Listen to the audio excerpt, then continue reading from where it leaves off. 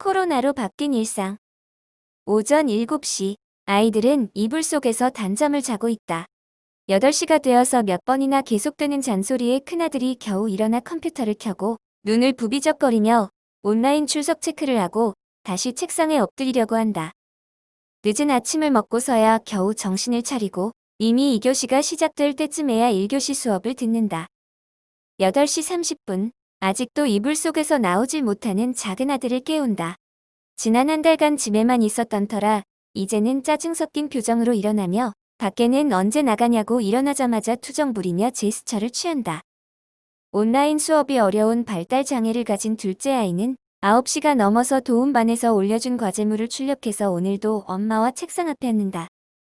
나름 선생님처럼 오늘 과제를 설명해주고 잘했을 때는 칭찬을 아끼지 않으며 지루해하는 듯하면 격려와 응원으로 조금 더 힘을 낼 수 있게 도와준다. 처음 30분 정도 신나게 새로운 과제를 수행하더니 이내 지겨워졌는지 짜증내며 과제물을 밀어낸다. 그럴 때마다 핸드폰 사진첩에 있는 선생님 사진을 보여주며 이 과제를 다 끝내야 선생님 만날 수 있대. 이거 다 끝내면 사진 찍어서 선생님께 보내드리고 잘했다고 자랑하자. 이거 다 마쳐야 내일 선생님이 또 재미있는 과제 올려주시지. 라고 말해주면 입을 삐죽거리며 정말 이거 다 끝내고 선생님 볼 수 있는 거냐는 눈빛을 강렬하게 보낸다. 그러면 달력을 보여주며 다음 주부터는 학교에 갈 수 있대. 그때 숙제한 거 다 가져가면 선생님이 칭찬 많이 해주실 거야. 선생님이 내준 숙제 열심히 한 거 엄마가 선생님께 다 말해줄게. 이 말이 끝나기 무섭게 자세를 고쳐잡고 다시 열심히 가위질과 풀칠을 하며 과제를 마무리하고 중간중간에 계속 내 말이 진짜인지 확인하는 듯한 눈빛과 제스처를 계속 보낸다. 둘째 아이는 발달장애로 초등학교 6학년 나이인데 아직도 5살 수준에 머물러 있다. 게다가 표현 언어가 안 되어서 제스처와 눈빛으로 본인의 의사를 표현하기에 나도 끊임없이 아이 눈을 바라보며 몸과 눈빛으로 강하게 소통하며 나의 몸짓을 말로 표현해준다. 나의 몸짓과 말이 반복되면 나의 표현 방법을 따라 눈빛과 몸짓으로 아이도 표현하고 그러면 또 우리의 의사소통이 하나 늘어난다. 학교에 다녔으면 친구들의 말투와 표정, 선생님의 말투와 표정을 통해 배웠을 수많은 표현 방법들을 엄마 한 명에게 배우려니 아이도 계속 똑같은 말을 하고 있는 엄마가 답답하기도 하고 지루하기도 하여 더 이상 다양한 표현 방법을 찾기보다는 더 다양한 지루함과 짜증의 표현 방법만 부쩍 늘어났다. 엄마와의 학교 과제 실랑이가 끝이 나고 12시가 되었다. 집에 있는 두 아이의 점심을 차리기 위해 주방으로 가서 냉장고를 열어보지만 며칠 전 장본 먹거리들은 벌써 바닥이 나버렸다. 장을 보러 나가야 하지만 코로나로 사람 많은 곳이 부쩍 거려지기도 하고 요리 실력이 없는 나로서는 일주일마다 반복되는 식단에 지루해하는 아이들에게 무엇을 해줘야 할지 막막하다. 냉장고 문을 열고 한참을 뒤적이다 고추장 뒤에 숨어있는 스파게티 소스병을 발견하고 마치 책 속에 숨겨놓은 비상금을 찾은 듯한 기분이 들었다. 얘들아, 오늘은 스파게티다. 나의 말이 끝나기 무섭게 아이들이 와, 라는 즐거운 비명을 지른다. 간만에 별식이란 나도 한껏 흥이 나서 양파, 마늘, 파프리카, 버섯을 꺼내서 썰고 볶고 신나게 요리를 시작해본다. 그렇게 요리를 시작한 지 10분도 안 되어서 혼자 있지 못하고 놀거리가 없다며 둘째가 내 옷자락을 잡아당기며 놀아달라고 투정 부리기 시작한다. 준비한 재료들을 보여주며 이걸로 맛있는 스파게티를 해준다고 해도 둘째의 머릿속에는 나 심심해 라는 말 한마디로 가득해져 버렸는지 통 내 말을 듣지 않고 점점 더 강렬하게 나를 잡아당기며 놀아달라고 한다. 그러다 프라이팬에 있던 버섯이 타들어가기 시작하자 갑자기 나에게도 짜증이 밀려온다. 너를 위해서 맛있는 거 하나 해주고 싶어서 더운 여름날 주방에서 가스불 앞에 서 있는 나를 잠시도 가만두지 않으려는 아이가 야속하고 원망스러워져서 나도 모르게 버럭 소리를 지르고 말았다. 내가 저리 가서 기다리라고 몇 번을 말해. 엄마에게도 시간을 좀 달란 말야. 오늘도 나는 아이에게 화를 내고 말았다.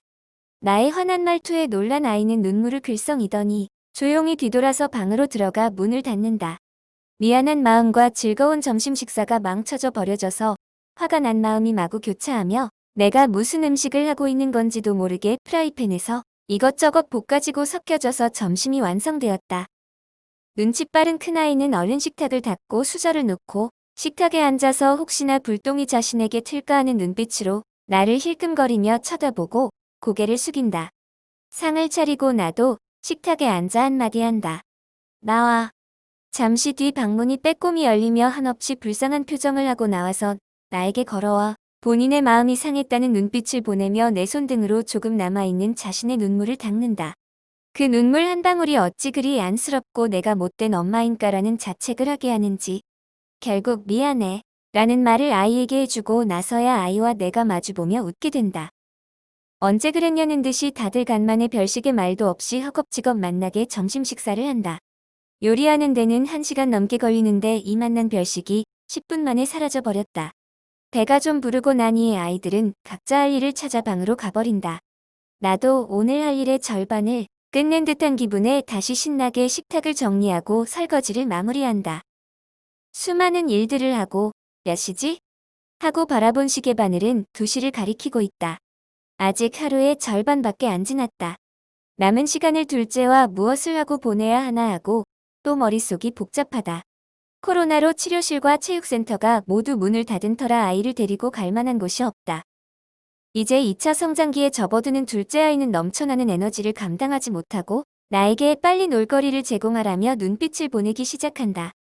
집에 수많은 장난감과 책이 있지만 6개월이라는 시간은 새로움을 갈구하는 아이를 충족하기엔 턱없이 부족했다.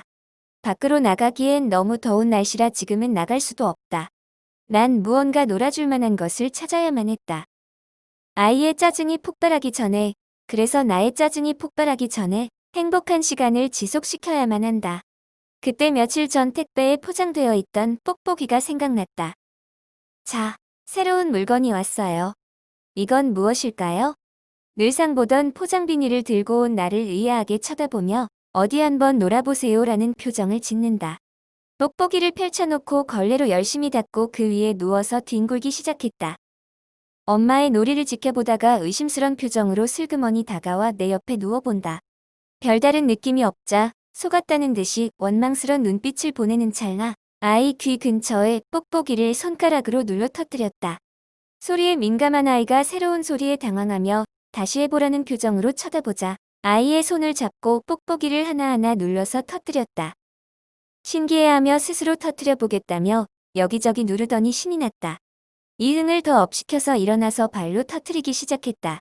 노래도 하고 발가락으로 발꿈치로 뽁뽁이를 터뜨리다 보니 이마에 땀이 송글송글 맺히기 시작했다.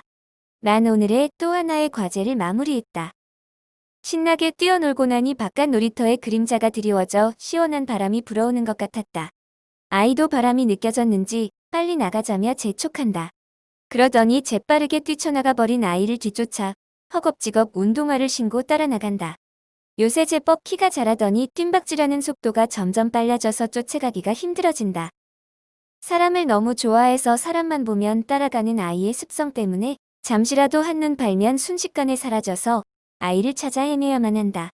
그리고 혹시나 아이가 실수라도 저질렀을 때 빠르게 나아가 사과하고 아이의 행동을 해명해 주려면 항상 옆에 있어 주어야 한다. 밖으로 나간 아이는 그동안 억눌러져 있던 스트레스를 마구 해소하듯이 여기저기 두리번거리며 탐색하고 즐긴다. 밖으로 나가면 내가 할 일은 위험 요소를 미리 파악해서 차단해주고 관심 있어 하는 것들에 대해서는 설명해주고 느끼게 해준다. 그렇게 동네 탐방을 다 하고 나면 3시간이 훌쩍 지나가 버린다. 나의 체력이 바닥이 나서 들어가자고 어르고 달래도 해가 다져서 어두워지고 놀이터의 인적이 끊긴 뒤에야 겨우 집으로 들어간다.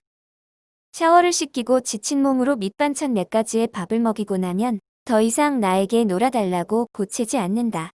그렇게 거실에 멍하니 앉아있으면 아이가 졸리다며 같이 자자고 내 손을 잡아 이끈다. 하루에 나와 아이의 감정은 격하게 요동치며 애증의 관계가 깊어져 간다. 그러다가 침대에 누워 손을 꼭 잡고 잠든 아이를 보면 사랑만 가득해진다. 이렇게 무사히 오늘도 하루를 보낸 것에 감사하고 내일은 더 잘 지내보겠다는 각오를 한다.